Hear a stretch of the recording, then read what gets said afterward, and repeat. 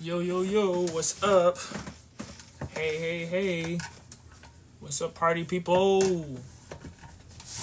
What's up, party people? What's up, party people? What's up, party people? Alright, let me stop annoying people.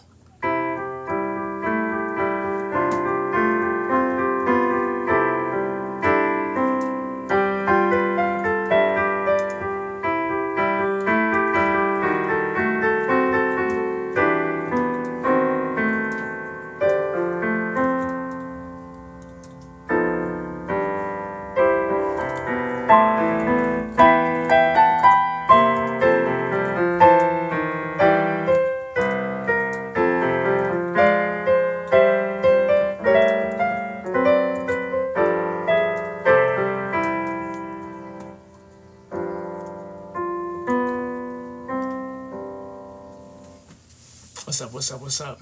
Hey, so, before I forget, alright? I know this is a spontaneous live. Thank you for those who are joining in, whatever the case may be. This is something that is very, very important, right? So, as an educator, there are things that kids say, students say of all ages, what's going on, that drive me bonkers, but there needs to be an answer because kids are humans and humans got questions and questions need to be answered. Some questions don't have answers, but a lot of questions do have answers, right? So that being said, I wrote notes about this. This is how important. So, a lot of people are in school. Kids, adults, we're all in school. And we get this question, why is education important? What the heck? Why am I forced to be here? The real answer is thank you. Tough bag, buff bag, and back to make a blush bag. Tall bag, all bag. I'm talking about all bags. Smile big bag and a superhero fall bag, baby bag, Haiti bag, 80 bags. All right, check this out. So, all that being said is that education is extremely important. It's very important. Why is it important? Well, the first thing is the reason why kids are forced to go to school is so that there's a place for kids to go when their parents are not around. All right, you can't have kids running around, so the government makes it so that kids go to work, right? Or kids basically are someplace before their parents come home, right? That is the real reason why people are forced to go to school. But outside of that, what school was supposed to be entirely, which it still is, but it serves multiple roles now, is supposed to be a place of self-discovery, right? Through learning. Now, why is it important now? So I wrote notes, so please bear with me as I go through these notes, right? So, if you want to do whatever it is that you would like to do, you must be educated. I'm going to say that again. Whatever it is that you would like to do, you must, it's not a maybe, you must be educated. Anything that you don't know, you will pay for, literally and figuratively speaking. Anything that you don't know, what's going on? Anything that you don't know, you will pay for it. That is without a doubt. That is the fact. What's going on, cat? That is the ultimate truth. Anything that you don't know, you will either pay for it physically with your own money or pay with it with your time and your, physical essence. All right? So, with that being said, what's going on, Sean? Yo. Okay, so education is very important. Anything that you would like to do, you must be educated, right? So, jobs. People say, oh, what about jobs? What about jobs? So, jobs are important. I'm going to stress this out. You're going to hear me repeat myself a lot. Jobs are very important. All right? Jobs, I am not here to say jobs are not important. I am not here to say that jobs don't matter. Jobs are the reason why people have their lives and their livelihood and their houses over their head. Jobs are very important. What about jobs? Jobs are important, all right? But here's the thing. Jobs are not more important than your passions. Jobs, they are not more important than your passions. They're in no capacity. Jobs should not supersede your passions, whether that's your passion for your kids, your friends, etc. Jobs, if you work, you get money. Exactly. So, we have to work. That is the truth. A lot of us have to work, but I'm going to get to that point, right? But jobs are important, but they're not more important than the things that you hope for and the things that you truly cherish in life. So, why is that a thing? Why am I saying this? So, they're only important. Jobs are only more important when they are dealing with people's education, like people's ability to learn something, or their physical health, like service people, like people in the hospitals. That's when you can't like play with the job, right? But most jobs, you get the job done. That's it. You know what I mean? It's just like, unless, because you don't want to go to the hospital and the person's like, this is just a job. No, they're dealing with their life. Those jobs are exceptionally important, and education is something very important as well, because it's giving you the skill set so that you can be a productive person. All that to say is that jobs, they're not more important than your passions. Jobs are important in the sense that if they supply you education and they service you and your humanity quite literally, then yes, they're very important. Other than that, they are not more, thank you. They're not more important than your passions, all right? So, with that being said, I appreciate the rose, I really do. With that being said, is that jobs are not important. However, there's a unique type of job that are important. Those that I mentioned, and also, yo, what's going on, Sean, man? I appreciate it. Just sent the gift. But one of these days we'll go live, but this one I just have to get off my chest, so maybe next time. So, what type of jobs are important? If you have a job that directly ties into your passion, I'm doing great. That directly ties into your passion, those are very important, right? If you wanted to be a basketball player and you end up a basketball player, that's a very important job, right? Because it's literally fueling your passion. Your job is your passion. But newsflash, a lot of people's jobs are not their passion. A lot of people's jobs are not their passion, all right? A lot of people's jobs are not their passion. But that doesn't mean don't work. That's not what I'm saying. What I am saying is that mentally, people put a lot of effort into their job and not a lot of effort into the things that truly mean something to them, i.e. their passion. So let me continue. I promise this won't be a long live. So you want to be educated for the sake, you don't want to just be educated for the sake of a job, but to be able to learn anything you want in greater detail. I will give you an example, right? I appreciate all the love, I really do. So, I one time was in love with this girl back when I was in school, right? I love this girl to bones. If she needed an eyeball, I have two of them. She could take them, right? So I loved her so much. But the thing is, she always said, you don't really know me. You don't really know me, right? And I'm like, but baby, thank you, Jerbon. But I was like, but baby, I would like to know you. I'll do anything to know you, baby, right? I did all that. But here's the thing. That applies to everything else. People think the love that you have romantically doesn't translate to other stuff. Yes, it does. Loving something, even if you don't know it much, you can still love it. But because you love it, you would like to learn more, right? Anything that you love, you have the energy, you have the potential energy to then love it more, right? This is with anything, but particularly with things you love. The problem that we have is that we love something, we think we can't learn more of it. I don't have time to learn more of it. I won't learn it in time. These are all things that we put on ourselves. All I'm saying is that when you love something, that will let you be able to learn it more. But you can love a slew of things, not just people, right?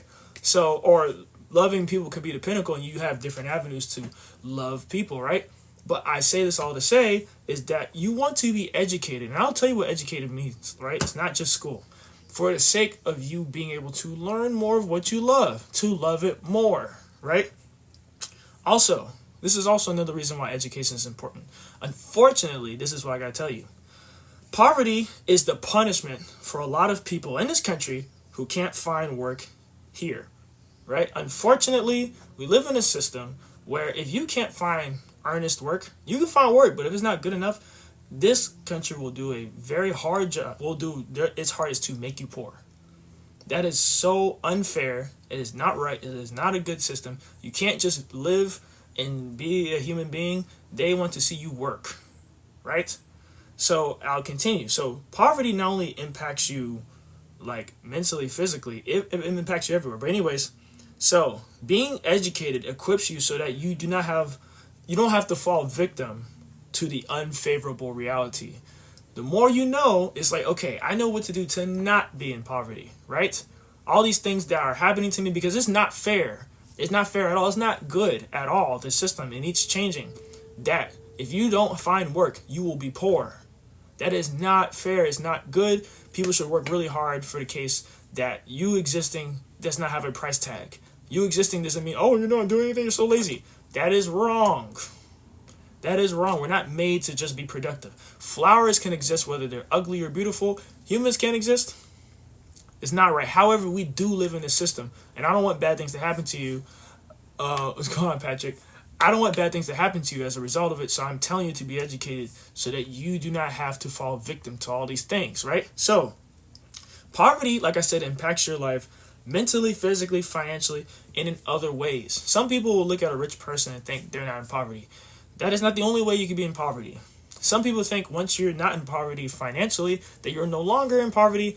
That is not true. Poverty exists in many other facets. However, the poverty that this country gives you, you don't find work, it will impact you in all aspects of your life, right? And long exposures to poverty will have a very long-lasting impact to your life from years moving forward. So the idea of poverty is not just you not having money, it's everything in life. Your physical health, your mental health, your self, image, all those are impacted by poverty. And this country will put you in poverty if they don't feel like you can find work. So, the country places you in poverty if you do not find the means for competitive pay, right? That is just the truth.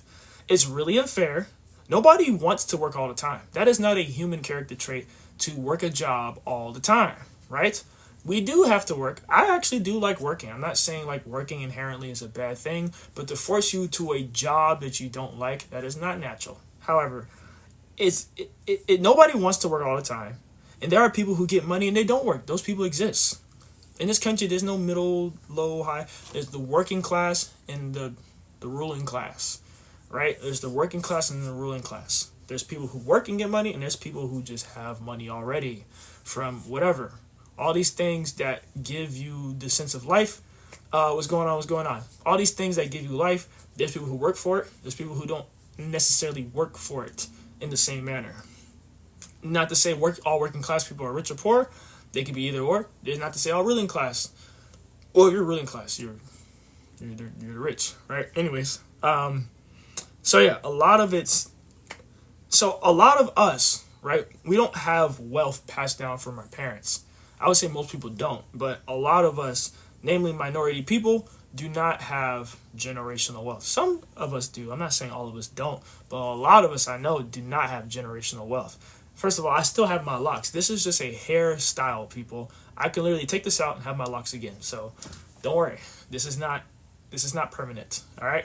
But it is a nice style, I will say. You know what I mean?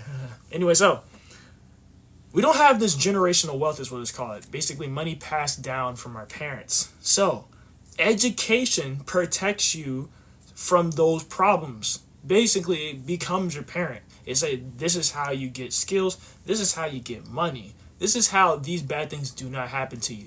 That's what education does if you don't have generational wealth. People cannot afford. There's some people who can't afford to be not educated. There's some people that them being uneducated is less of a hazard to their life, namely the ruling class. That's just the reality it is. Whether it's good or bad, that is the reality, right? Us working class people, we cannot afford literally to be impoverished. He said it. Anyway, so I'm a working class person, so I need to be educated. Now, what does education mean? Education, some people say school. Yes, school can be a vehicle for education, but school can also not be a vehicle for education. There's some people who go to school and learn absolutely nothing. I'm going to say that again. There are people who go to school and learn absolutely nothing. There are people who go to school and they was like, this is the worst years of my life. There's some people who go to school and they learn way more outside of when they go to school, right? So education isn't inherently school. However, education can happen in school. So I'm not here to say school is a waste of time, because school can be a very huge benefit to your life. And here's what I'm trying to tell you is what is it to be educated? What does education mean? I'm going to tell you. Education is pattern recognition. Recognizing patterns, not just blue, red, purple, but seeing how many things happen and if they reoccur. Seeing if I've seen this before. Seeing things that happen, if you've seen it once and I see it in a different way, is it still the same thing? Pattern recognition, that's one thing. Another thing education is is measuring stuff. This is where math comes into play. Measuring things, how much of something is, like, or how many times something happened, right? That's more so pattern recognition, but measuring stuff, measuring things is inherently numerical, quantitative. These are things that you can harness. Measuring stuff, measuring things is very important. Things aren't just like, ambiguous all the time. There is a discrete and explicit measurement attached to that thing. All right, so it's pattern recognition, it is measuring things, and it's noticing changes. Those are things that are the 6-7 thing is crazy. Those are things that are very important. Those 3 things in particular, I can narrow it down. You can add more what education is, but I say it's pattern recognition, measuring things, and noticing changes. It's pattern recognition, measuring things, and noticing changes. There are things we do naturally that educates us, right? If you experience something new, your body is forced to notice the change, is notice like how much of it's happening, and you're seeing something and seeing that's like related to something else. So new things happen all the time, and naturally you will be educated as a result of it. But school is supposed to be a facility that makes you become educated. Now, how do they become educated is so, right? Education isn't exactly just science, math, history, English language, arts, but education is exercised through those subjects. That's why they're so important. You can find pattern recognition through reading things, the symbols, what words mean. You're constantly doing this pattern recognition. Measuring things, science, math, right? You're literally seeing how much of something happens, right? You're literally harnessing the number of things, when it happens, how it happens, clock, time, measuring everything. The air around us, you may think it's nothing. This is all air around us. There's a numerical value to how much air is around you. There's a numerical value to how much air you can breathe in. These are all things you could number, count on your fingers, or use a calculator. Measuring things, very, very important. If anyone wants to eat a healthy life, you're going to start measuring stuff, right? I appreciate the galaxy, people. And also noticing changes. So a lot of you guys have history. History is a very important subject. To me, it's not the most important subject because they're all vehicles of education. What's up, Patrick? Thank you, I really appreciate it. So what I'm saying is education is more than just school itself, but education is making yourself recognize patterns, is making yourself measure things, and noticing changes. Remember what I said earlier, those who do not become educated will pay for it. You will pay for the fact you can't recognize patterns. You'll pay for the fact that you don't measure things. You'll pay for not noticing changes, right? Literally pay in terms of money or pay with your livelihood. You do not want to do. Now, some things you won't know. Some things you won't be educated as much as somebody else, but that's fine. But school is supposed to ignite education. It's supposed to start education, right? But here's the problem. This is the beef I have with some of us, right? I get mad because education is supposed to help you love whatever it is. You could use education to help you. I like drawing. I like music. So music has patterns. Recognizing patterns is important. Music, there's measuring things. There's literally something called measures, right? How often you play something. And you notice the changes, right? I notice when I don't do this. I notice the hearing of things. All these things. You can put that with anything. Anything. A book, recognizing pattern in the story. That's very important. Measuring thing, how many pages, how far back this happened, noticing changes in the character. There's no subject in which those 3 things don't happen. But the problem I have is that when you educate yourself, this is also a part of education, you will fail. But that's okay. Because that's part of pattern recognition. That's part of measuring things. You won't get it right the first time. You may think something is this, but it's actually something else. My beef is not you getting it wrong. My beef is you don't love yourself enough to allow yourself to be wrong. You don't love yourself enough to allow yourself to be wrong. I know there's people joking on the chat, but I'm being very serious. You don't love yourself to allow yourself to be wrong. I'm wrong. I'm the worst person ever, right? I'm wrong. Yes, I'll do another math trick, but I'm trying to say something important, right? I'm wrong, so therefore I give up. And I'm like, there. Remember what I said last live? For those who are there, your brain gets it wrong and then it fixes it. It may do that 100 times. It may do it 1,000 times. It may do it 1,000,000 times. But you doing that allows for more education because you see the pattern. I've seen this before. Every time I do this, measuring things, this happens. I see the change. Right? Those are things that are seriously important. School is one of the few places in which your sole responsibility is to be educated, is to facilitate education, is for the education to happen. The problem is a lot of kids think school is really hard, right? And I'm like, the idea of school, one to say there's something you could look at, it's called ZPD. ZPD, Zone of Proximal Development. ZPD, you could put ZPD teaching, like ZPD teaching. What does it mean? It's Zone of Proximal Development. Basically, there is a level at which like things are easy enough to do but hard enough to learn. Sometimes things could be outside your ZPD, but just because it's outside of it doesn't mean that you can't learn, right? It's our job as a teacher to make it so that you're within your ZPD. And just because you're in your ZPD, Zone of Proximal Development, doesn't mean you'll get it right. It doesn't mean that. What it means is that you're exposed to it enough that, oh, next time I'll have more information so I could do it, right? But the thing is, you're going to get it wrong. There's a song, you guys probably heard me play it on the live, but this song right here.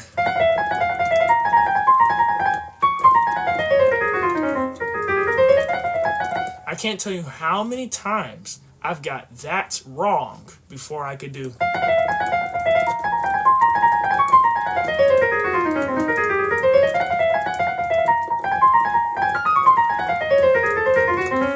And that's just with my right hand because there's two parts to it. Let me use the pedal.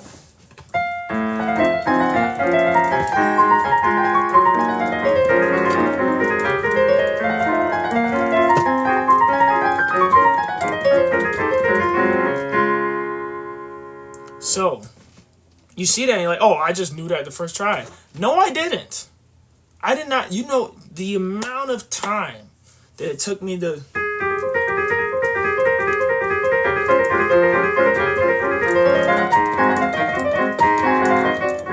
See, I still mess up.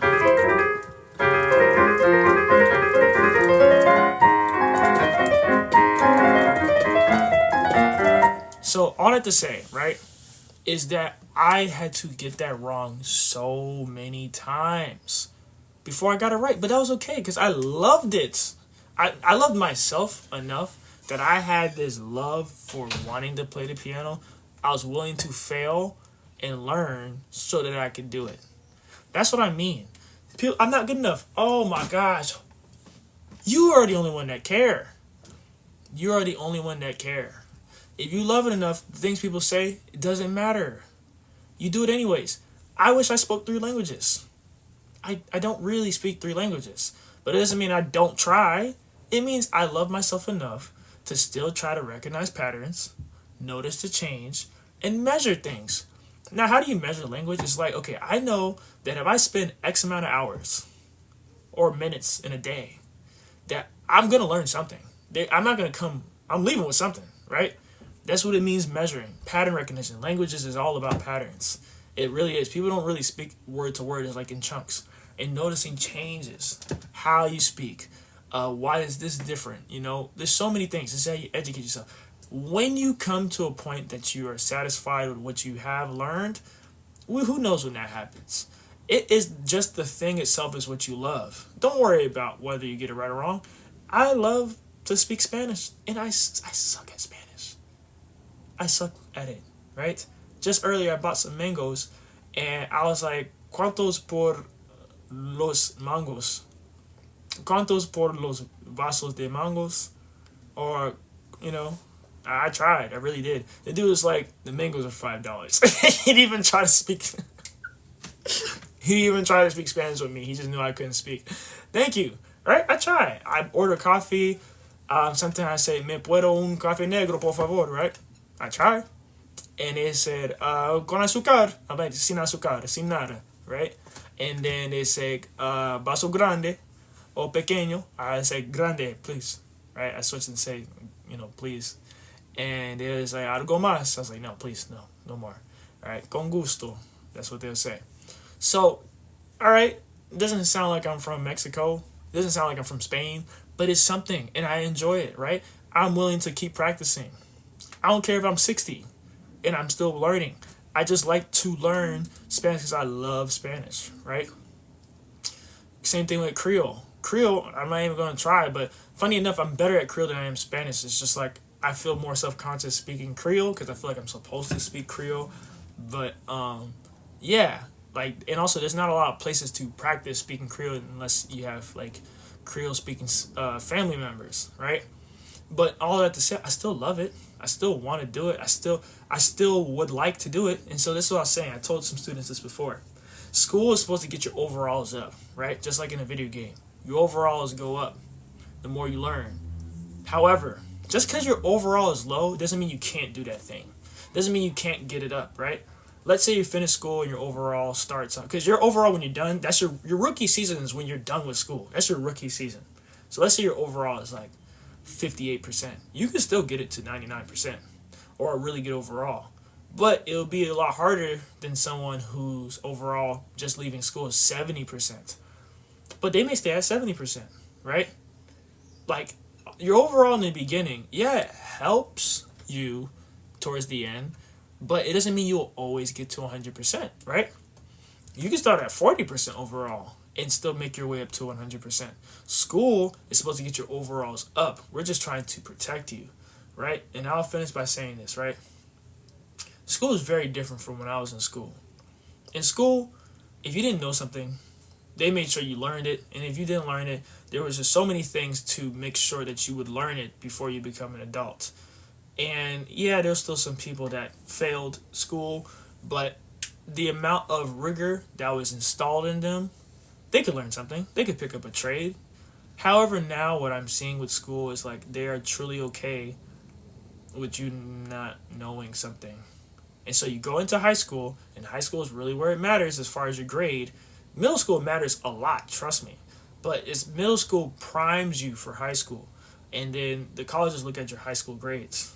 So if you didn't know how to multiply fractions in middle school, what makes you think you're going to learn it in high school? This is why I say you got to educate yourself. I'm not saying college is the end all be all, but what I'm saying is when it comes to educating yourself, if your passion is in the route through college, you must educate yourself, right? I'm telling you to find things, if it doesn't exist already, to help you educate yourself. If this thing that you love requires that you know a level of math, which most things require you to know math. I live with an electrical engineer. He said he does math all the time, right? Like an electrician. He's not like some type of lab person. He literally works construction and he does math all the time. So you can't really avoid. That's why I like learning basic math, what I try to teach through this channel, is very important because numbers aren't just this thing that fall out of the sky. Like, I'll mention something like scale factor. Scale factor just means how many times bigger something got. If it got bigger, that means it got 1 times bigger, or it got 2 times bigger. A scale factor of 2 times bigger, right? If something got 1.2 times bigger, it has a scale factor of 1.2. Now, some people don't know this, but fractions, right? Like proper fractions, where the numerator is less than the denominator, those are proper fractions. Those are numbers less than 1. They're not negative numbers, but they are numbers less than 1. They're bigger than 0, but they're less than 1. Those are fractions, right? Fractions make your shape smaller. So if you had something that's a scale factor of 1/3, that means it got smaller by 1/3. It got 3 times smaller. If it has a scale factor of 4/5 or 4/5, it got, 4/5 is 0.8, and it got 0.8 times smaller, right? So anything that's greater than 1, the scale factor got bigger. Anything less than 1, the scale factor got smaller. There's no such thing as a negative scale factor, right? Because it's not telling you how many times bigger or smaller. Now, an improper fraction, that's when the numerator is bigger than the denominator. Those are numbers bigger than 1, like 3/2. 3/2 is a number greater than 1. That means the scale factor of 3/2 makes the shape get bigger. 4 over 3, remember 4 is bigger than 3. 4 over 3 or 4/3 makes it get bigger. Now 3 over 4, the numerator is smaller than the denominator, makes it get smaller. So whoever get that, I could just be saying words. But what I'm saying is, those are things that, honestly, they're not hard, but because there's no facility to educate yourself in school and to protect you for what you don't know, people will just not know that, and then go on to high school, it comes up, now you're scared to do it. So I'm going to leave you with this challenge. I'll probably make a post. I'll leave you this one challenge. I challenge you, all my baggies in there, my BAGs, all my baggies. I challenge you. I call you my people, my bags, my baggies, all my baggies out there. I challenge you to get a book and read for 6 minutes straight. That's it. Put a timer for, I don't care what it could be a book. I prefer not to be on your phone because you got to unplug. I want you to read for 6 minutes. Put a timer for 6 minutes or 5 minutes. Just a short amount of time. If you're an avid reader, you could read however long. But if you're not someone who reads a lot, which is fine, I was one of those people, 5 minutes. Put a timer for 5 minutes to read without stopping. 5 minutes. What's going to happen if you don't read often? You're going to mess up. That is okay. And you're probably not going to know what you read. That's fine. And then do it again the next day. Do it. If you do it for 3 days in a row, 20 minutes a day is even better, right? I mean, but at your own leisure, at your house. Not anything related to school, just at your own time, right? If you read every day, that is perfect. I'm currently reading a book. I'm on page, I can't find it right now. I'm on page 100, but it's 562 pages. Because I tell myself I'm going to read at least 5 pages. That's just me, right? But I'm asking you, for those who just don't read, 5 minutes. If you're starting to feel it, okay, increase it to 10. And then eventually you don't need a numerical value of how to read. You just read. But that's what I'm going to leave you with. Every day for 20 minutes is even better. If you can do 20 minutes every day, that's fine. But for those who don't read often, don't feel bad. I'm not here to, oh, you don't read. I'm not here to say that. I'm telling you, just try 5 minutes a day. You will notice a very big difference if you do it all the time. Words stop getting scary. So I'm going to leave you with that. Remember, it is peace. I forgot my own thing. And love, right? If you do the greater than sign and a 3 on the computer, it shows a heart. So peace and love, people. I'm out.